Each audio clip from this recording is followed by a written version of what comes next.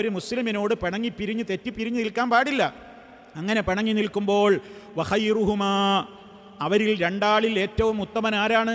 അല്ലദീ യബ്ദഉ ബിസ്സലാം, അവരിൽ ആരാണോ ആദ്യം സലാം കൊണ്ട് തുടങ്ങുന്നത് അവനാണ് ഉത്തമൻ. ശൈത്താൻ നേരെ എതിരാ പറഞ്ഞുതരാം. നിനക്കെന്താടാ കുറവ്? അയാളെ അപേക്ഷിച്ച് നിനക്കെന്താടാ കമ്മി?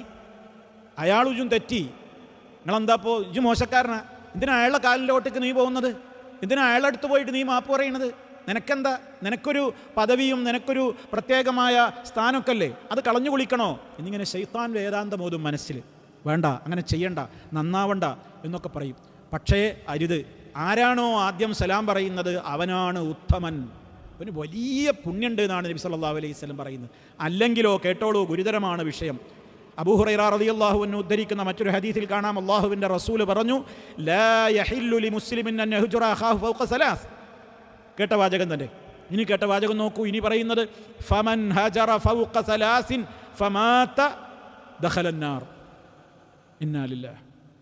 ഫമൻ ഹജറ, ആരെങ്കിലും ഒരാളുമായിട്ട് തെറ്റിപ്പിരിഞ്ഞു പിണങ്ങി വെടിഞ്ഞു, ഫൗഖ സലാസിൻ, 3 ദിവസത്തിലപ്പുറം, ഫമാത, അങ്ങനെ അയാൾ മരിച്ചുപോയി, തൗബ ചെയ്യാതെ അയാൾ മരിച്ചുപോയി, ദഖലന്നാർ, അയാൾ നരകത്തിയിൽ പ്രവേശിച്ചിരിക്കുന്നു എന്ന് ഇമാം അബൂദാവൂദ്, ഇമാം അഹ്മദൊക്കെ റിപ്പോർട്ട് ചെയ്ത ഹദീസിൽ നമുക്ക് കാണുവാൻ സാധിക്കും. അപ്പോൾ സഹോദരങ്ങളെ, ഇത് വളരെ ഗൗരവമാണ്.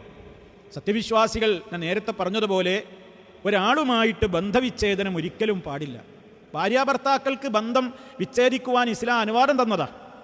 അവിടെ പോലും 3 ദിവസത്തിലപ്പുറം ആകാതിരിക്കാൻ ശ്രദ്ധിക്കണം. അതിൻ്റെ അടക്ക് നന്നാവണം എന്നാണ്. അതെവിടെയാണ്? വിശുദ്ധ ഖുർആൻ തന്നെ കൽപ്പിച്ചിട്ടുണ്ട്. എന്ത്? ഭാര്യാഭർത്താക്കൾക്കിടയിൽ നിങ്ങൾ പിണക്കം ഭയപ്പെട്ടാൽ നിങ്ങൾ അവരെ എന്തു ചെയ്യണം? ഫഇളൂഹുന്ന, അവരെ ആദ്യം ഉപദേശിക്കണം. രണ്ടാമത് പറഞ്ഞത് ഫഹ്ജുറൂഹുന്ന, നിങ്ങൾ അവരെ വെടിയണം എന്നാണ്. ഫഹ്ജുറൂഹുന്ന, നിങ്ങൾ അവരുമായി വെടിഞ്ഞു നിൽക്കണം, വിട്ടു നിൽക്കണം എന്നാണ്. അവിടെ പോലും എന്താണ് പറയുന്നത്? 3 ദിവസത്തിൻ്റെ ഉള്ളിൽ ഇതൊക്കെ നന്നാക്കാൻ നോക്കണം.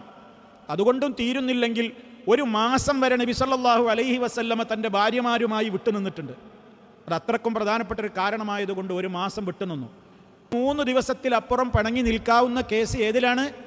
വൻപാപങ്ങൾ ചെയ്യുന്ന ആളുകൾ, അതേപോലെ തന്നെ ബിദ്അത്തുകൾ ചെയ്യുന്ന ആളുകൾ. ഏത് സമയത്ത് മാത്രം അത്തരം ആളുകളോട് നമ്മൾ നിസ്സഹകരണം പ്രഖ്യാപിച്ചാൽ അവർ നന്നാകാൻ സാധ്യതയുണ്ട് എന്ന് ഉറപ്പായാൽ മാത്രം.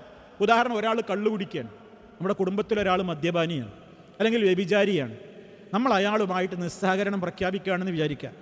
എപ്പോൾ നിസ്സഹകരണം പ്രഖ്യാപിച്ചാൽ അയാൾക്ക് വലിയ കുടുംബസ്നേഹമുള്ള ആളാണ്.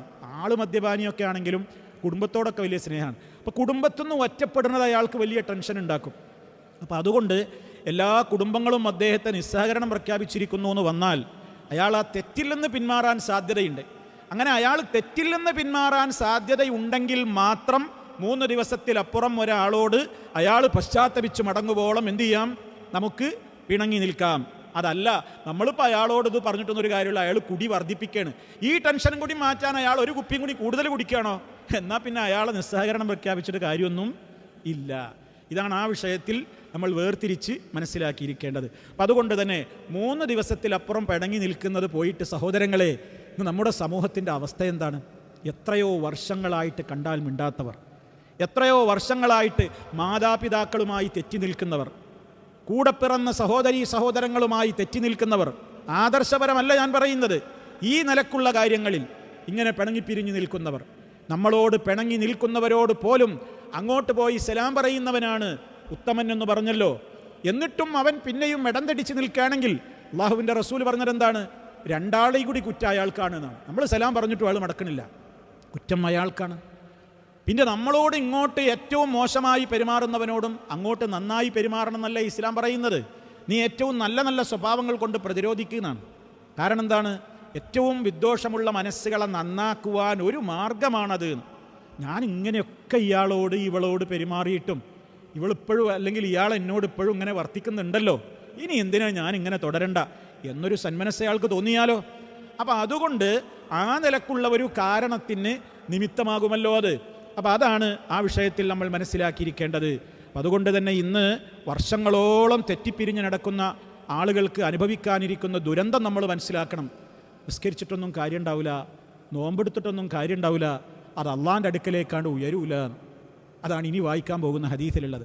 വഅൻ അബീ ഹുറൈറ റളിയല്ലാഹു അൻഹു അന്ന റസൂലല്ലാഹി സ്വല്ലല്ലാഹു അലൈഹി വസല്ലമ ഖാല തുഫ്തഹു അബ്വാബുൽ ജന്ന യൗമൽ ഇസ്നൈനി വയൗമൽ ഖമീസ് ഫയുഗ്ഫറു ലികുല്ലി അബ്ദിൻ ലാ യുശ്രികു ബില്ലാഹി ശൈആ ഇല്ലാ റജുലൻ കാനത് ബൈനഹു വബൈന അഖീഹി ശഹ്നാഉ ഫയുഖാലു അൻളിറൂ ഹാദൈനി ഹത്താ യസ്തലിഹാ അൻളിറൂ ഹാദൈനി ഹത്താ യസ്തലിഹാ റവാഹു മുസ്ലിം റഹിമഹുല്ലാഹ്.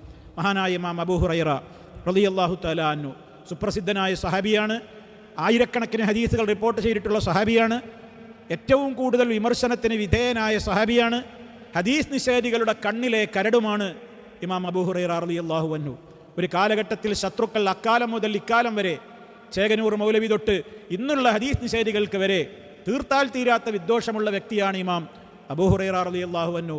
കാരണം ഹദീസുകളെ മുസ്ലിം ലോകത്തിന് പരിചയപ്പെടുത്തിയതിൽ ഏറ്റവും വലിയ സംഭാവനകൾ അർപ്പിച്ച വ്യക്തിത്വമാണ് മഹാനായ സഹാബി അബൂ ഹുറൈറ റളിയല്ലാഹു അൻഹു. അദ്ദേഹം ഉദ്ധരിക്കുന്ന ഹദീസാണിത്. അദ്ദേഹം പറയാണ്, അള്ളാഹുവിൻ്റെ റസൂൽ പറഞ്ഞിരിക്കുന്നു, തുഫ്തഹു അബ്വാബുൽ ജന്ന, സ്വർഗത്തിൻ്റെ വാതിലുകൾ തുറക്കപ്പെടുന്നതാണ്. സ്വർഗവാതിലുകൾ തുറക്കപ്പെടും ആഴ്ചയിൽ 2 ദിവസം. വിശുദ്ധ റമദാനിൽ കൊല്ലത്തിലൊരിക്കൽ സ്പെഷ്യൽ തുറക്കുന്നത് റമദാനിലാണ്. ഇദാ ജാഅ റമദാനു ഫുത്തിഹത്ത് അബ്വാബുൽ ജന്ന, അത് വാർഷിക തുറക്കലാണ്, 30 ദിവസം തുടർച്ചയായ തുറക്കലാണ്. അതിൻ്റെ പുറമെ എല്ലാ ഉസ്ബൂയിലും എല്ലാ ആഴ്ചയിലും 2 ദിവസം സ്വർഗത്തിൻ്റെ കവാടങ്ങൾ തുറക്കപ്പെടുന്നുണ്ട്. ഒന്ന് ഇന്ന് അസ്തമിച്ചു പോയ തിങ്കൾ, മറ്റൊന്ന് വ്യാഴം. യൗമൽ ഇസ്നൈൻ തിങ്കളാഴ്ച ദിവസവും യൗമൽ ഖമീസ് വ്യാഴാഴ്ച ദിവസവും. ആഴ്ചയിൽ ഈ 2 ദിവസം സ്വർഗത്തിൻ്റെ കവാടങ്ങൾ തുറക്കപ്പെടും. അതുകൊണ്ട് ആ 2 ദിവസവും നോമ്പ് സുന്നത്താക്കിയിട്ടുണ്ട്. സ്വർഗീയ പ്രവർത്തനങ്ങൾക്ക് മുൻതൂക്കം നൽകുന്ന ദിനങ്ങളെന്ന നിലക്ക് ആ ദിവസങ്ങളിൽ നോമ്പ് സുന്നത്താക്കിയിട്ടുമുണ്ട്. ആ ദിവസത്തിൻ്റെ മറ്റൊരു പ്രത്യേകത എന്താണ്? ഫയുഗ്ഫറു, ആ ദിവസം പൊറുക്കപ്പെടും. യുഗ്ഫറു, ഗുഫിറ പൊറുക്കപ്പെട്ടു. ഫയുഗ്ഫറു, ആ ദിവസം പൊറുക്കപ്പെടും. ലികുല്ലി അബ്ദിൻ, എല്ലാ അടിമക്കും, അള്ളാഹുവിൻ്റെ എല്ലാ അടിമകൾക്കും തിങ്കളും വ്യാഴവും അള്ളാഹ് പുറത്തു കൊടുക്കും. സ്പെഷ്യലാണ്. നമ്മൾ തിങ്കളും വ്യാഴമൊക്കെ നമ്മളെ മനസ്സിലുണ്ടാവണം. ഇന്ന് മഗ്ഫിറത്തിൻ്റെ ദിവസമാണ്. എല്ലാവർക്കും അള്ളാഹ് സ്പെഷ്യലായിട്ട് പുറത്തു കൊടുക്കുന്ന ദിവസമാണ് ഏത്? ആഴ്ചയിൽ തിങ്കളും വ്യാഴവും. പക്ഷേ ഒരു കണ്ടീഷനുണ്ട്, ലാ യുശ്രികു ബില്ലാഹി ശൈആ, അള്ളാഹുവിൽ യാതൊന്നിനെയും പങ്കുചേർക്കാത്ത എല്ലാ അടിമകൾക്കും. ശിർക്ക് ജീവിതത്തിൽ വന്നുപോയവർക്ക് പുറത്തു കൊടുക്കൂല, അത് തൗബ ചെയ്യാതെ പുറത്തു കൊടുക്കൂല. അതുകൊണ്ട് അള്ളാഹുവിൽ യാതൊന്നിനെയും പങ്കുചേർക്കാത്ത എല്ലാ അടിമകൾക്കും പുറത്തു കൊടുക്കുന്നതാണ് ഈ 2 ദിവസവും. ഇല്ലാ റജുലൻ, ഇനിയാണ് വിഷയത്തിൻ്റെ ഗൗരവം. ഇല്ലാ റജുലൻ, ഒരാൾക്കൊഴികെ. അയാൾ ശിർക്ക് ചെയ്യാത്ത മുവഹിദായിട്ടും കാര്യമില്ല, നല്ല തൗഹീദുള്ള മനുഷ്യനാണ്. നിസ്കാരമുണ്ട്, നോമ്പുണ്ട്, സക്കാത്തുണ്ട്, ഹജ്ജുണ്ട്, എല്ലാം ഉണ്ട്. തുടക്കത്തിൽ ഞാൻ പറഞ്ഞില്ലേ, എല്ലാം വ്യക്തിയാണ്. പക്ഷേ കാനത്ത് ബൈനഹു, അയാൾക്കിടയിൽ നിലവിൽ നിൽക്കുന്നുണ്ട്. കാനത്ത് ബൈനഹു, അയാൾക്കിടയിൽ നിലനിൽക്കുന്നുണ്ട്. വബൈന അഖീഹി, അയാളുടെ സഹോദരനുമിടയിൽ.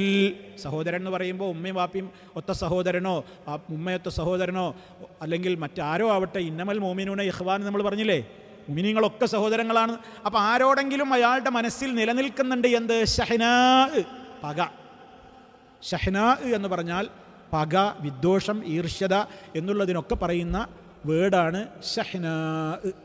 അപ്പോൾ രണ്ടാൾക്കിടയിൽ പരസ്പരം ഈർഷ്യതയുണ്ട്, പരസ്പരം സുഖമില്ല, പരസ്പരം മനസ്സ് ശരിയല്ല. അങ്ങനെയുള്ള ആളുകൾ അവർക്കല്ലാഹു പുറത്തു കൊടുക്കൂല, അവർക്കല്ലാഹു പുറത്തു കൊടുക്കൂല. റഹ്മാനായ റബ്ബ് മലക്കുകളോട് പറയും, ഫയഖാലു, വിളിച്ചു പറയപ്പെടും മലക്കുകളോട്, അൻളിറൂ ഹാദൈനി, ഈ 2 ആളുകളുടെയും നിങ്ങൾ പെൻഡിങ്ങിൽ വെക്കൂ. ഈ 2 ആളുകളുടെ കാര്യം അവിടെ കാത്തുവെക്കുക. അൻലറ എന്ന് പറഞ്ഞാൽ ഒന്ന് വരട്ടെ. നമ്മൾ പറയില്ലേ, ഒരു സാധനം നമ്മളെ കയ്യിൽ കിട്ടിയാൽ എല്ലാം നമ്മളിങ്ങനെ പരിശോധിച്ചു, ഒന്ന് വന്നാൽ മാറ്റിവെക്കണം, അത് വരട്ടെ, അത് പിന്നെ നോക്കാം, മാറ്റിവെക്കുക. അൻലിറൂ ഹാദൈനി, ഈ 2 ആളുടെ കാര്യം മാറ്റിവെക്കൂ. അവർക്ക് പുറത്തു കൊടുക്കാനായിട്ടില്ല, അവരുടെ കർമ്മങ്ങൾ സ്വീകരിക്കാനായിട്ടില്ല. ഹത്താ യസ്തലിഹാ, അവർ 2 ആളും പരസ്പരം ഒന്ന് നന്നാകുന്നത് വരെ. വീണ്ടും നോക്കൂ, അൻലിറൂ ഹാദൈനി ഹത്താ യസ്തലിഹാ. 2 തവണ വിഷയത്തിൻ്റെ ഗൗരവം പറയാൻ അല്ലാഹുവിൻ്റെ റസൂൽ ആ വാക്ക് ആവർത്തിച്ചു. അവർ 2 ആളും നന്നാകുവോളം അവരുടെ കാര്യം അവിടെ പെൻഡിങ്ങിലിരിക്കട്ടെ. എന്താണ് ആ വിഷയത്തിൻ്റെ ഗൗരവം? നോക്കൂ നിങ്ങൾ. നമ്മുടെ കർമ്മങ്ങൾക്ക് സ്വീകാര്യതയില്ല, മഗ്ഫിറത്ത് കിട്ടൂല. എന്താ കാരണം? 2 ആൾ തെറ്റിക്കുകയാണ്. ആഴ്ചയിൽ 2 ദിവസത്തിൽ 3 ദിവസം കഴിഞ്ഞാൽ തിങ്കൾ വന്നു, 3 ദിവസം കഴിഞ്ഞാൽ വ്യാഴം വന്നു. ഈ 2 ദിവസം സ്വർഗത്തിൻ്റെ കവാടം തുറക്കപ്പെടുമ്പോൾ നമ്മളെ കർമ്മങ്ങൾക്ക് സ്വീകാര്യതയോ അള്ളാഹുവിൻ്റെ അടുക്കൽ നമ്മളിതുവരെ ചൊല്ലിയ തൗബക്കും നിസ്കാരത്തിൻ്റെ ശേഷവും നിസ്കാരത്തിൻ്റെ അകത്തും ചൊല്ലിയ അസ്തഗ്ഫിറുള്ളകൾക്കും ഒന്നും ഒരു റിസൾട്ടും ഇല്ലാതിരിക്കാൻ മാത്രം നമ്മൾ തഴയപ്പെടുന്നു. എന്താ പ്രശ്നം? എന്തുള്ളൂ? തൗഹീദില്ലേ? ഉണ്ട്. നിസ്കാരല്ലേ? ജമാഅത്തിന് പോണില്ലേ? നോമ്പില്ലേ? സുന്നനിസ്കാരല്ലേ? ഹജ്ജ് ചെയ്തിട്ടില്ലേ? ഉംറ ചെയ്തിട്ടില്ലേ? എല്ലാം ഉണ്ട്. പിന്നെന്താ? പിണങ്ങി നിൽക്കുകയാണ് ഒരാളായിട്ട്. സഹോദരങ്ങളെ, ഞാനോ ഈ ശബ്ദം കേൾക്കുന്ന ആരോടെങ്കിലും അങ്ങനെ പിണങ്ങിപ്പിരിഞ്ഞു നിൽക്കുന്നുവെങ്കിൽ ഇന്നത്തെ ഈ നിമിഷം, ഇന്നത്തെ ഈ ദിവസം ആ പിണക്കം മാറ്റാതെ നമ്മൾ ഒരിക്കലും കിടപ്പറയിലേക്ക് പോയിക്കൂടാ. കാരണം ഇത് നമ്മളെ അമലിൻ്റെ പ്രശ്നമാണ്, ഇത് നമ്മുടെ മഗ്ഫിറത്തിൻ്റെ പ്രശ്നമാണ്. മഗ്ഫിറത്തിന് പ്രശ്നം ബാധിച്ചാൽ പിന്നെ സ്വർഗത്തെയാണ് ബാധിക്കുക. സാരിഉ ഇലാ മഗ്ഫിറത്തിൻ മിർ റബ്ബിക്കും വജന്ന, നിങ്ങളുടെ റബ്ബിങ്കൽ നിന്നുള്ള മഗ്ഫിറത്തിലേക്ക് ധൃതിപ്പെട്ടു പോകൂ, അതിലൂടെ സ്വർഗം നേടൂ എന്നാണ് അള്ളാഹു പറയുന്നത്. മഗ്ഫിറത്തില്ലെങ്കിൽ പിന്നെ എന്ത് സ്വർഗ്ഗമാണ്?